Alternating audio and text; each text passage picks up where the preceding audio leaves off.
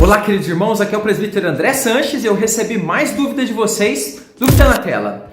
Faz 3 meses que sou convertido e tenho experimentado as bênçãos de Deus em minha vida. Eu tenho muita vontade de orar a Deus, de estar na presença dEle. Se pudesse, ficaria o dia inteiro louvando, mas tenho dúvidas sobre a oração que Deus aceita. Por exemplo, eu posso orar de bermuda, sem camisa? Ou tem que ser, por exemplo, em um local específico, com algum ritual específico? Pode me ensinar? Muito obrigado, querido irmão. Bem interessante, a gente vai examinar aqui como que é a oração que Deus aceita em detalhes. Convido você então, vamos à minha lousa de explicações e entender mais sobre esse tema. Vamos lá? Então, vamos lá, texto na tela. Vamos começar com Jonas, capítulo 2, versículo 1, que diz o seguinte: Então Jonas, do ventre do peixe, olha que interessante, o que ele fez? Orou ao Senhor, seu Deus. Olha só que estranho esse lugar para orar. Talvez esse seja um dos lugares mais estranhos onde alguém orou, ou de onde alguém orou ao Senhor. Você concorda comigo?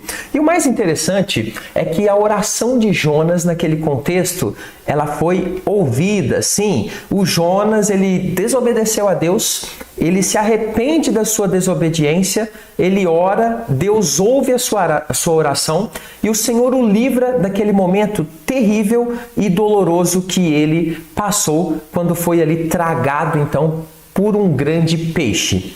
Mas existe um fato muito importante e muito interessante. Muita gente, muitas vezes, por enxergar Deus como alguém bastante assim longe, distante e até certo ponto um Deus juiz cheio de regras, alguém que está pronto para jogar um raio na minha cabeça a qualquer momento se eu fizer alguma coisinha fora da linha, fora da ordem. As pessoas que enxergam Deus dessa forma ficam muitas vezes com certas dificuldades de entender que tipo de oração que Deus ouve. Será que se eu orar de chinelo, Deus vai me ouvir? E se eu estiver deitado na minha cama, será que o Senhor me ouve? Não entendem a maneira correta de orar e que agrada a Deus, a maneira bíblica da oração. Por isso, esse é um bom tema para refletirmos juntos. E hoje eu vou trazer aqui para você, então, várias análises a respeito de lugares, de formas, de jeitos, de posturas a respeito de oração, de como orarmos, para a gente entender aquilo que agrada a Deus e aquilo que é só invenção da cabeça das pessoas. Então, fica até o final, vamos entender. Oração é importantíssimo. Costumo dizer que oração é oxigênio para a nossa alma. Se tirar, a gente vai morrer, né? Espiritualmente, a oração é imprescindível. Então, é muito importante seguirmos até o final nesse estudo. Vamos começar então respondendo como Deus quer que nós oremos. E antes de te explicar, eu quero pedir que você, embaixo desse vídeo, acione o botão inscrever-se. Você deve fazer parte da nossa comunidade, porque tem estudo bíblico aqui gratuito de segunda a sexta, 15 horas, estudo novo. E já tem mais de 700 para você estudar. Muita gente fala, eu não sei como estudar, eu não tenho materiais. Tudo está aqui gratuitamente no YouTube para que você aprofunde. Então, faça parte da comunidade, vem comigo, vamos estudar a Bíblia juntos, vamos discutir, vamos aqui trabalhar os nossos debates ou de forma saudável. Faça parte então do nosso canal. E para quem pediu também, nós temos aqui um projeto mais profundo de ajuda a missionários e estudo bíblico ao mesmo tempo, que é o projeto Conheça Sua Bíblia de Capa a Capa, de Gênesis a Apocalipse. Link no primeiro comentário fixado. E lembrando aos irmãos que me pediram, aí, né, eu terminei de gravar as aulas de Apocalipse, versículo por versículo, ok? É um curso também para ajuda de missionários e ao mesmo tempo estudo bíblico. Tem informações também no primeiro comentário fixado. O texto mais claro a respeito de oração que nós vemos na Bíblia, na minha opinião, foi a orientação de Jesus, que nos ensinou de uma forma bastante direta. Olha que interessante. Mateus capítulo 6, versículo 6. Tu, porém, quando orares, entra no teu quarto e, fechada a porta, orarás a teu pai que está em secreto. E o teu pai que vê em secreto te recompensará. Apesar da clareza desse versículo, as pessoas erram na interpretação por desconsiderar o que? O principal, o contexto. Muitos então olham para Mateus 6,6 e acham que Jesus ensinou aqui que nós devemos apenas orar em um local fechado, um quarto, em um lugar onde ninguém possa ver a gente orando. Claro, isso quando a gente está sozinho. No entanto, quando a gente observa o contexto, nós vemos que Jesus estava condenando ali o que? A prática da oração pública acompanhada com o objetivo maligno de ser visto. Ou seja, estava falando ali dos fariseus que forçavam orações para se mostrar para as pessoas, com o objetivo de serem vistos como mais espirituais. Isso está em Mateus 6, versículo 5. Então, o que Jesus manda para os seus discípulos? Não façam como eles. Não é assim. Não é dessa forma a oração que Deus gosta, que Deus ouve. Está em Mateus 6, versículo 8. Antes, diz ali que praticássemos a oração de uma forma correta, com objetivos corretos e focados em Deus. É por isso que o Senhor Jesus exemplifica com a gente entrando no quarto e orando em secreto, ou seja, sem objetivo de ficar se mostrando para os outros, de ficar forçando uma espiritualidade pública com o fim de serem vistos pelos homens. Então veja, o lugar de uma oração, então, na verdade, ele pouco importa, desde que nós possamos fazer a oração de forma correta, desde que ela seja feita de coração a Deus, com integridade de alma. Vamos dar alguns exemplos bíblicos para você ver? No próprio exemplo de Jesus, olha só, vemos, por exemplo, Jesus orando em um jardim chamado Getsemane. Isso está lá em Marcos capítulo 14, verso 32. Ou seja, veja que Jesus não orou apenas em um quarto, mas ele orou ali em um jardim, de noite, numa ocasião muito especial. Jesus também é citado orando em montes, por exemplo, em Mateus 14, 23.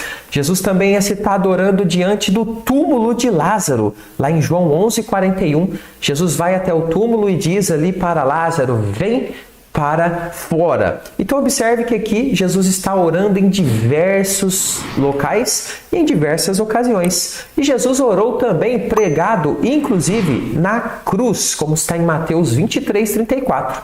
Isso mostra para nós que os lugares, eles não representam qualquer impedimento à oração. O ensino de Deus tem a ver com a postura, com o coração, com a forma como nós oramos diante de Deus. Então vamos falar um pouquinho de postura agora? Será que existe uma postura correta para orar? Deitado, sentado, em pé, de joelhos? Qual é o correto dentro de uma oração? Olha só, a forma física com que fazemos a oração também não faz nenhuma diferença. Seja sentados, ou se você estiver orando em pé, ou de joelhos, ou quem sabe deitado, etc., não faz nenhuma diferença desde que o seu coração esteja íntegro na presença de Deus, esteja orando da forma correta, com reverência ao Senhor. Por exemplo, vamos olhar agora alguns exemplos dentro da Bíblia.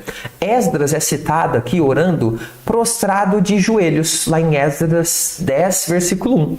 O publicano é citado lá em Lucas 18, 13, orando em pé. Lembrando que nessa história aqui do publicano, o fariseu e o publicano, eles vão orar com o mesmo objetivo. E um deles, o fariseu, diz o texto ali, que orava de si para si mesmo. Já esse publicano orando de pé, o Senhor Jesus diz que ele saiu ou desceu para casa justificado. Então veja, em vários outros textos nós temos também apenas a citação de que as pessoas simplesmente oravam sem uma necessidade de falar, olha, tem que ser de joelhos ou em pé ou deitado. A Bíblia não se preocupa em mostrar para a gente uma única opção na forma de orar. Por exemplo, o texto que nós lemos no início desse estudo, Jonas orou de dentro da barriga, porque era a única forma que dava para ele orar, de dentro da barriga do grande peixe. O lugar, portanto, de orar, qual é? é todo lugar. Então veja, nós somos chamados a orar de todas as formas, em todo tipo de lugar. Isso não é um impedimento para a gente. Não vemos na Bíblia muito interesse dos autores, claro, inspirados pelo Espírito Santo, em citar a forma física com que a pessoa orava, mas tão somente aquilo que é principal e essencial dentro de uma oração, que é as pessoas orando a Deus por alguma causa justa e confiando com fé suas orações ao Deus Todo-Poderoso e, claro, com um coração reverente, respeitoso ao Senhor. Aí sim, nós estaremos numa postura correta, numa maneira certa. Agora, e referente a roupas? Será que tem algum problema diante de Deus, alguns tipos de roupas quando a gente usa para orar? Ah, presbítero, eu me sinto muito mal se eu estiver de short e for orar ao Senhor. Parece que a minha oração não passa do teto. Será que esse é um pensamento correto? Olha só, eu já recebi aqui nos meus aconselhamentos irmãos bastante confusos com essa questão, pois eles foram orientados por alguns tipos de líderes. Por exemplo, olha, não ore de chinelo, de jeito nenhum. Ou não ore se você estiver de bermuda. Ou ainda se você estiver aí na sua casa, na sua intimidade semi-nu, sem camisa por algum motivo, tá muito calor, então não ore desse jeito. Vai vestir uma camisa porque Deus não vai se agradar da sua oração. Todas essas orientações são, na verdade, doutrina de homens. Não tem nada diante da palavra de Deus nos ensinando esse tipo de coisa. E eu vou te explicar por quê. Olha só, Deus ele merece de fato todo respeito e consideração. Porém, não é desrespeitar a Deus quando nós estamos orando, por exemplo, em nosso momento de folga, de uma forma um pouquinho mais descontraída. Quando eu estou, por exemplo, na minha cidade que é muito calor, de chinelo e bermuda na minha casa. Veja, eu não estou indo lá na igreja dessa forma. Eu estou indo ou eu estou na minha casa e eu estou orando a Deus. Isso não é nenhum desrespeito proposital. Sabe por quê? Porque Deus sabe quando um coração está desrespeitando ele propositalmente. Por exemplo, na história que nós citamos do fariseu e do publicano, a palavra diz que o fariseu desrespeitou Deus, mesmo sendo um religioso, porque a forma com que ele orava estava errada. O seu coração estava errado. A Bíblia não fala nada de roupas, ok? Então Deus sabe muito bem quando alguém está orando de terno e gravata e tem um coração maldoso. E quando alguém está orando com o seu chinelinho e a sua bermuda ali no aconchego do seu lar e essa pessoa tem um coração digno diante do Senhor.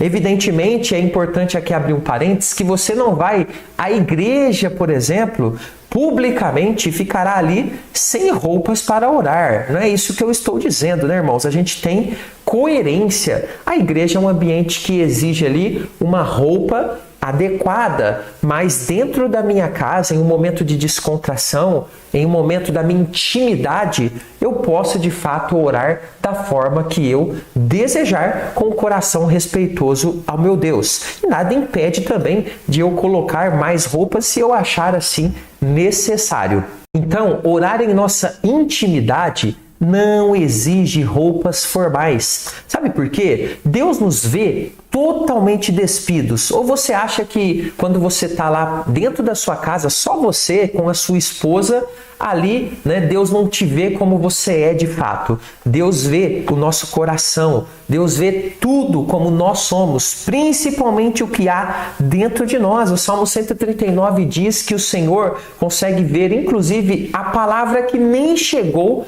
à nossa boca. Então a gente não pode impressionar a Deus com uma roupa A ou B. Veja, um coração maldoso é muito mais escandaloso diante de Deus do que roupas que você usa aí na sua intimidade. O que a Bíblia vai nos orientar é que nós oremos. Somos incentivados, inclusive, em 1 Tessalonicenses 5,17, a orar sem cessar. E aqui o apóstolo não faz nenhuma ressalva que essa oração deva ser feita somente em um lugar, com uma posição física determinada e com um tipo de roupa. Não. A ideia é orar. O que é principal aqui é o coração. Obviamente, você deve saber se portar se estiver em uma igreja, um local público, e no seu lar você tem a sua liberdade. Isso significa que toda ocasião pode ser ocasião para orarmos. Se você tem essa oportunidade, por exemplo, de orar ali no trânsito, ore no trânsito. Eu, inclusive, gosto muito de orar no trânsito, de ir lembrando dos irmãos, de situações e intercedendo diante do Senhor. Agora, se você pode se retirar para um local especial